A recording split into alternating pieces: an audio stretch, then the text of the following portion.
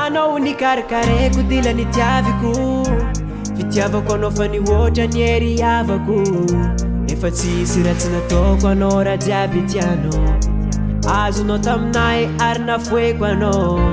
navola io na fitiavagna za tsy miraviravitagna nagnampy anao zao ary nagnaja anao zao fa mety tsy tianao natonga anao nivadiky nahita nkanga tsara zaho ndraiky voafandriky zaho igny ka nivonenako efa nate isorako zagna ary ndraiky tsy tiany ratsy naratinao igny foko zaho tseky nipoko tsara nataoko anao igny ndraiky navalinao zaho magnano tsara zegny tsy mampanagnine fantegna koa fa voa farako atandremagne anao tsy megnamegna mivadike tsy megnatra mivadike anao tsy megnamegna mivadike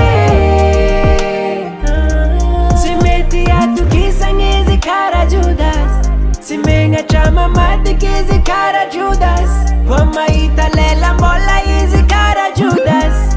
kara Judas kara Judas enganyemba tsy votsiko anao amy tany zay misy anao agny ranomasoko fogna fafako satria zaho igny ro tafitomoagny za tsary voadia kara igny ragnona ologno za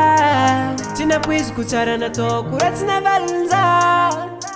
navita nagnekitra mabiagna anao igny tagna tsy nampoiziko anao raha fa namako mandry dara raika mina namako agnatin'la fofomban'olo voafitaka anao tsy kerikery nagnitsaka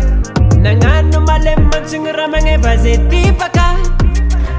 magnano tsara zegny tsy mampanagnine fantegna koa fa voa farako atandremagne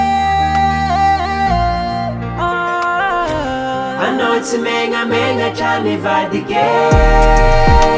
tsy megnatra mivadike anao tsy megnamegna mivadike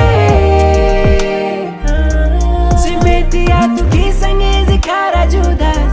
tsy megnatra mamadiky izy kara Judas vo mahita lela mbola izy kara Judas kara Judas kara Judas agnanarako avako jiaby fatokisagn'olo sy io navadinao na namanao agagno masaky manetiky anao agnatin'ny laligny tsy hita feky ny marigny mba tantandrema ihany